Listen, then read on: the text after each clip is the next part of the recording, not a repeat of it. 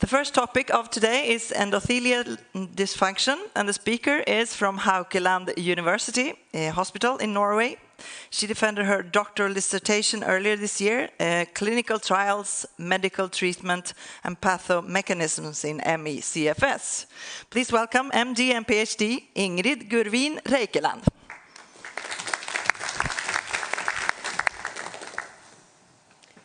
Thank you for the introduction. I can talk while you are fixing this. My name is Ingrid Gurvin Rekeland. I work at the Haukeland University Hospital.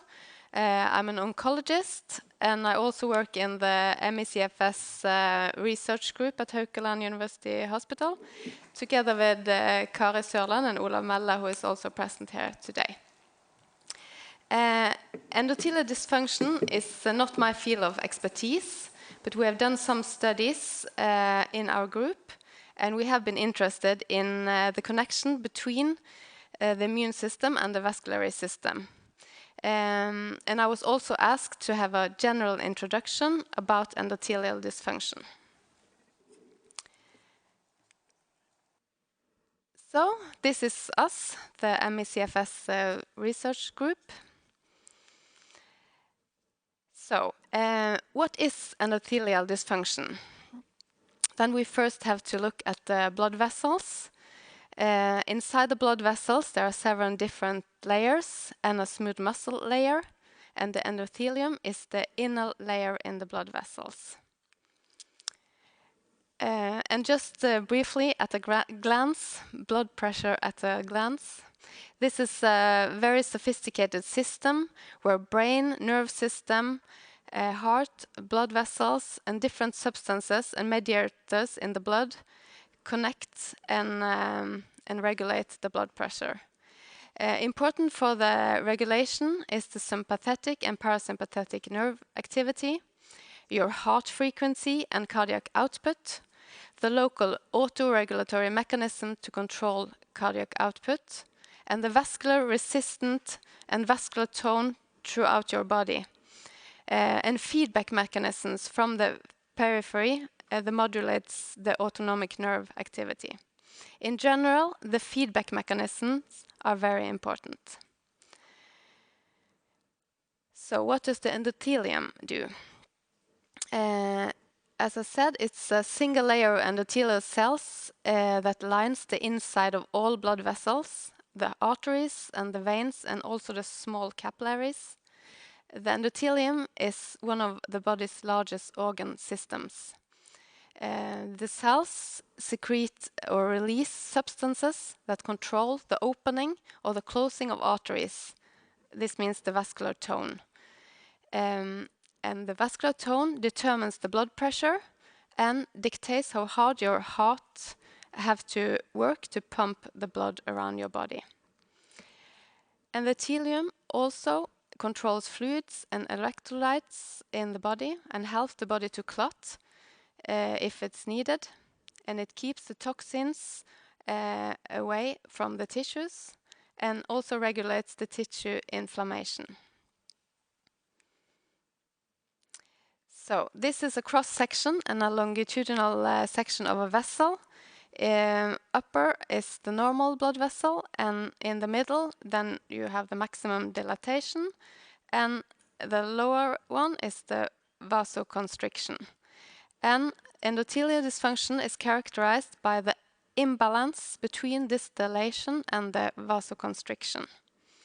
The signaling system that controls this does not work properly. The main cause of endothelial dysfunction is impaired bioavailability of the nitric oxide, NO.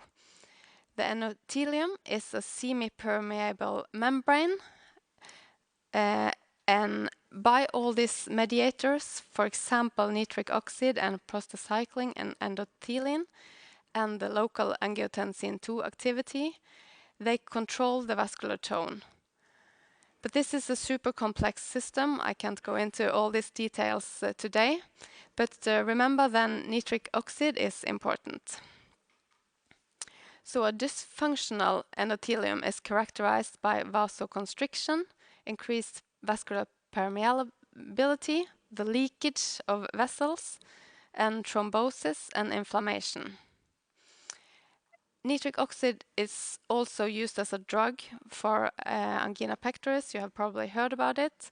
And then you dilate the coronary arteries, and that will relieve pain from the coronary spasm.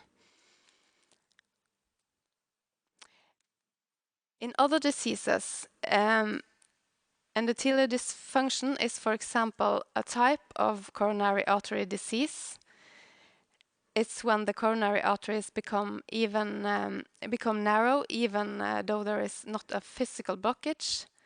And this dysfunction also increases the risk for regular coronary artery disease from the atherosclerosis.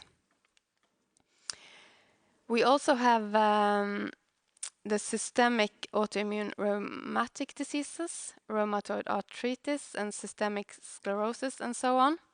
And in these diseases, there are also abnormal function in the endothelial cells, leading to a lot of the symptoms and background for these diseases, the inflammation and the fibrosis and the vasculopathy. But this is not exactly the same mechanism as we think the endothelial dysfunction in ME. And in long COVID, the first infection is approximately 4 weeks maybe, and we usually define long COVID as the symptoms that last after 12 weeks. And after the acute infection, then you might divide the patients in 2 groups. There are one group with organ damage from the acute infection, but the other group is without any visible disease. And different studies and articles are published trying to explain the biological mechanism that is maintaining this pathology. For example, virus reservoir, inflammation, autoimmunity, and endothelial dysfunction. And some groups are working a lot with the microbiome. So this is the Canadian consensus criteria for ME/CFS. And at first glance, if you just look at it, you may not see many symptoms related to circulation. But then, if you think of symptoms after or related to exertion, then we can think that the symptoms related to circulation increases. Then we have the exercise intolerance, the fatigue, the post-exertional malaise, the cognitive disturbances and orthostatic intolerance, and the lactate accumulation, all related to circulation. 3 mechanisms are described if we talk about vascular dysregulation in ME/CFS.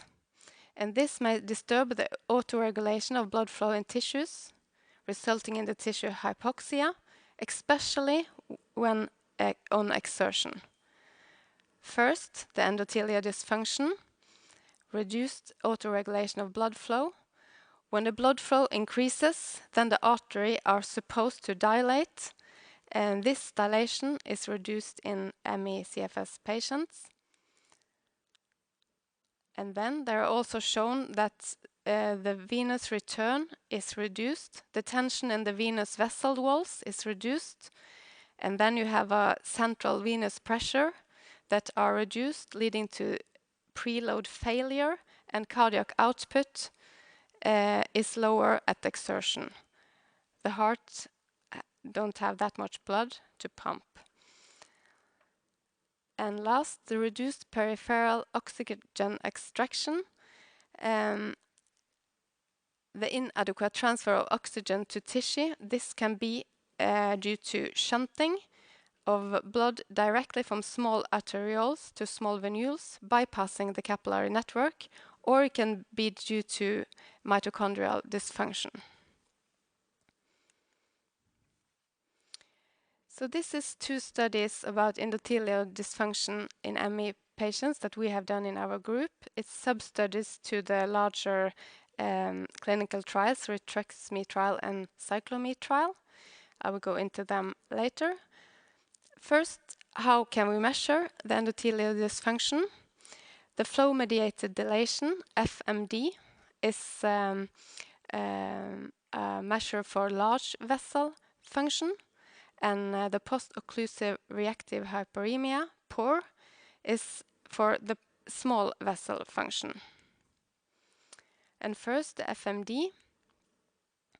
We use the ultrasound and take images of the brachial artery up here before and after 5 minutes of occlusion with a blood pressure cuff down here. And then we measure from intima to intima, the lower picture on the right, at baseline and after 5 minutes occlusion. And this is during the reactive hyperemia, where the blood is supposed to have a larger flow. The percentage increase in diameter is the FMD. So this is endothelium-dependent vessel dilation, but we also have a nitric oxide-dependent dilation, and we also explored that and gave the patients the nitroglycerin, and we saw that this response was normal in ME patients. The POR, post-occlusive reactive hyperemia, this is a probe placed on clean, intact skin on the forearm as well. And then we measure the activity with the laser Doppler before and after 5 minutes of occlusion. So this measure is the area under the curve 2 minutes after occlusion and 2 minutes divided from after 5 minutes occlusion and minus the baseline, as you can see on the picture down to the right. The first study was from the Rituximab trial, the large national multicenter randomized double-blinded controlled placebo-controlled phase 3 study with rituximab, and this was a sub-study. We did the FMD and POR at baseline and after 18 months, and in 39 patients compared with healthy controls. And what we found was that if we look at the graph to the left, you have okay,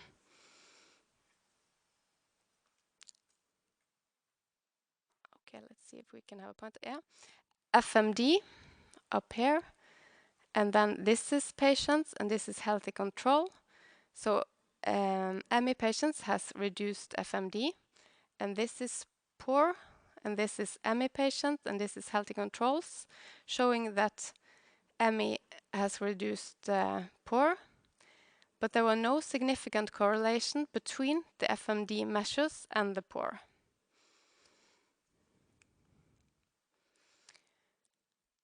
There was also a non-significant trend between the symptom severity or the physical function between, as you can see here for FMD, between the severity groups, the mild, moderate, and severe, and for POR, the mild, moderate, and severe, with the lowest values in the severe groups. And there were also a significant correlation between POR and steps per 24 hours at baseline. But there were no differences between the treatment and the placebo group at baseline and at 18 months, and no changes in FMD. And there was a little bit improvement in the physical function during the trial. And for POR, here, you can see that it increased a little bit from baseline to 18 months.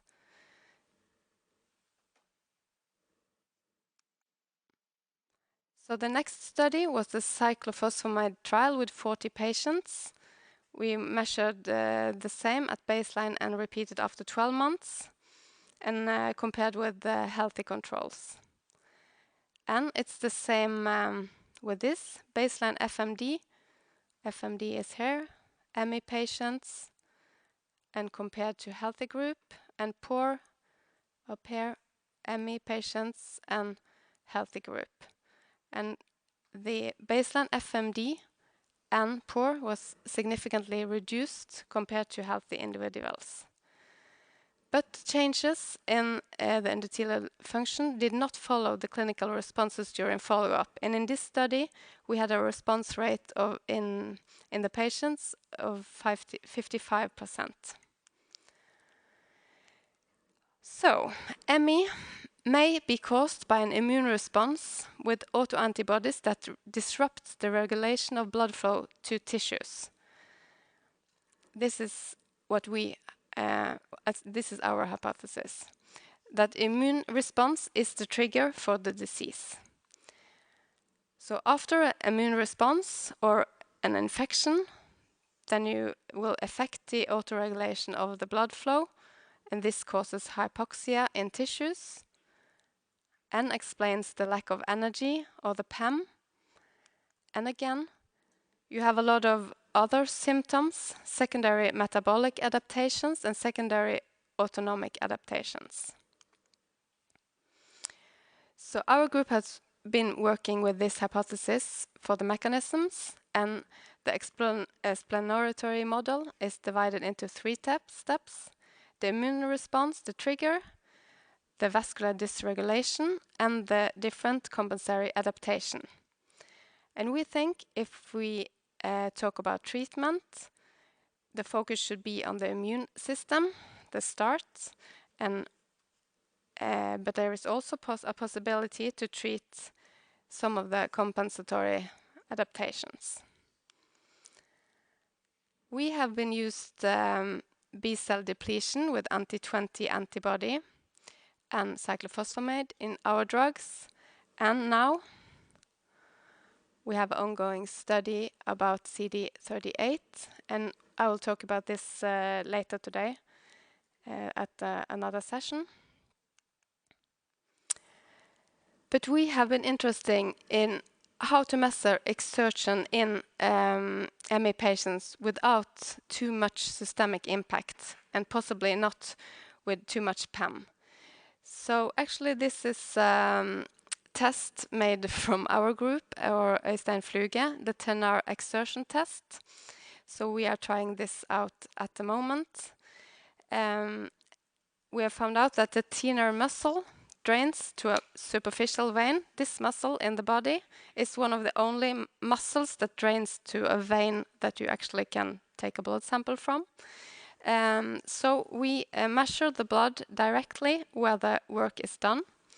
And we can measure the workload, and we take blood samples at baseline and immediately after exertion from this type of exertion, and compare healthy controls and patients. So we are very interested if this is going to work and show differences between the groups with ME patients and healthy controls. But the preliminary results is that we are measuring the muscle working. We can see that the lactate is increasing a lot, and it's a large difference when we compare with the other hand. We have the capillary measure from lactate on the other hand.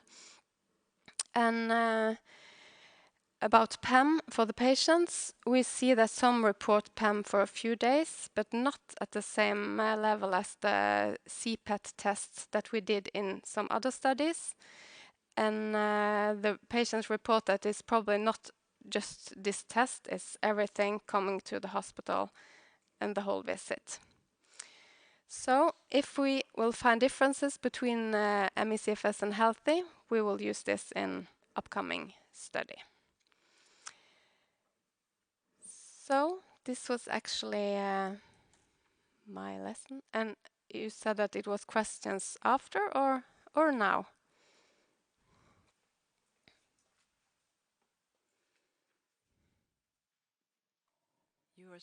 You were so quick. I was so quick. I wasn't prepared, but now I'm here. I was Thank so you. quick. Sorry. Maybe we have time then for some questions. Is there a question in this room for Ingrid? Use the microphone, please. So my question is, do you see this vascular dysfunction mostly due to inflammation in the endothelium or due to small fiber neuropathy, the autonomic dysfunction? Yes, we know that the small fiber neuropathy are connected or some overlap with the ME-CFS patients, but not all of the ME-CFS patients have measurable small nerve neuropathy. So I don't think it's the whole mechanism, if that was answer to your question. But we know that there are overlap, and we know that some patients have measurable small nerve neuropathy as well. Another question? Well, it's not a question, it's a remark. This exertion test, the meaning of it, I don't know if everyone got that, but the meaning of it is to do a standardized, measurable workload for the patient, which will be individual for each patient because they are different.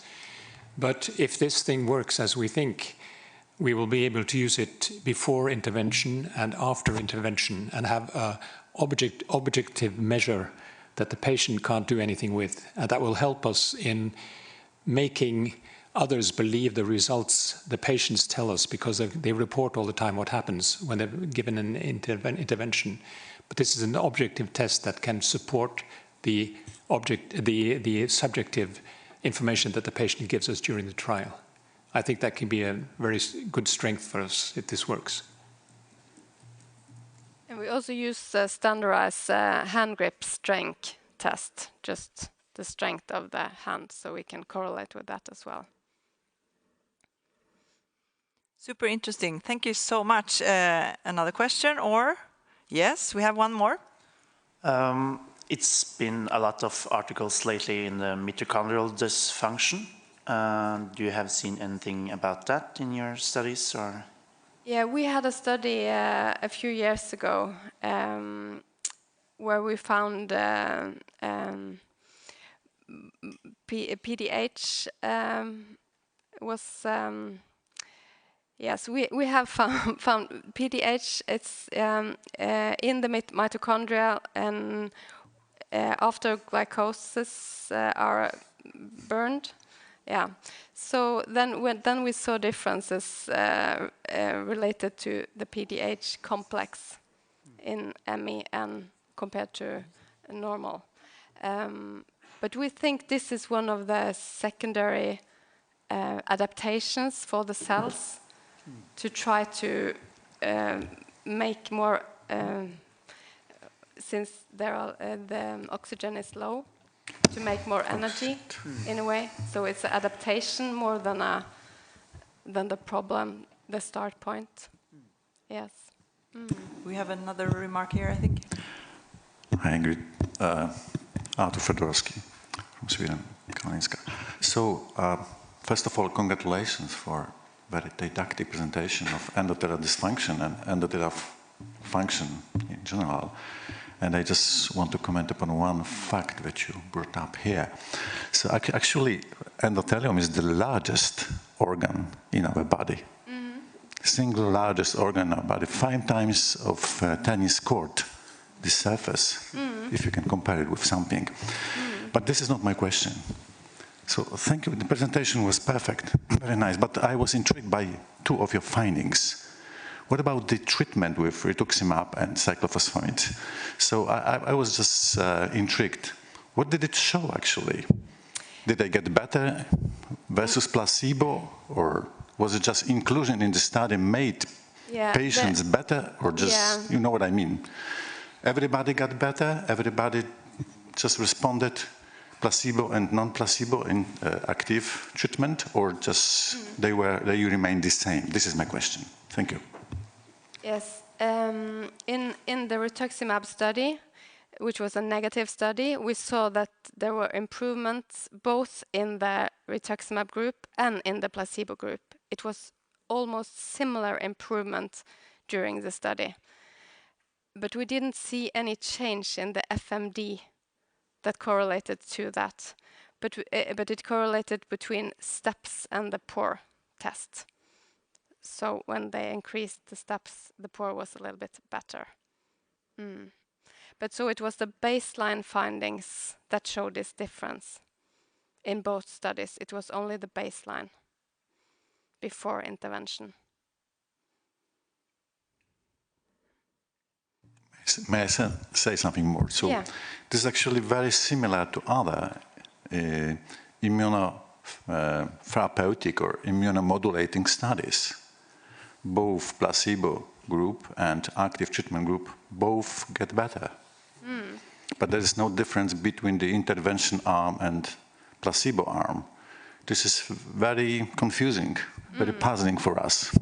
So everybody gets better, but this is not due to the treatment, the substance in the venous line or whatever. So did you notice the same phenomenon?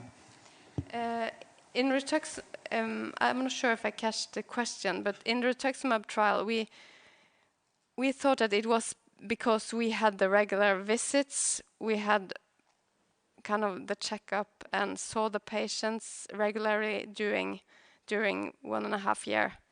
And that's good for the patients. So that was one of the things we thought after the study that could explain that everyone was a little bit better, even also the placebo group. But was that the question? Not really, but it was just about the visits, or did you introduce any physiotherapy or drugs? No, but there are no system for the ME patients. They have nothing in Bergen. So suddenly they had like regular appointments, somebody that, we did small things with maybe some painkillers or something, but very little. Olav has a comment. Yeah, I think we should say something about the cyclophosphamide study, because we have looked at the results 6 years after we did the study. What happens after the 18 months, which we studied in the actual study. But we did a survey 6 years after, and there's quite a lot of patients there that have had a continuous improvement.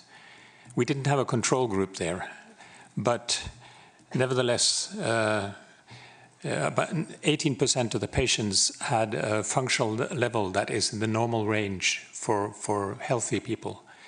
And about 40% of the patients had a functional level about 70%, which is also very good. And what was interesting also there is that although some patients got better and got worse after some time, other patients continued to get it better and better. So the total result after 6 years was in fact better than it was at 18 months, which was also reported as a positive study. But the weakness of that study, of course, is that you don't have a control group. But we really think that this points at immune manipulation as a means of treating this disease. We just have to find out what is the ideal way to do it. And I will go through this 6-year study later today in the session together with Jonas Bergqvist. So then I will show some results of this 6-year trial. Excellent. Once again, thank you, Ingrid. Tack. Thank you.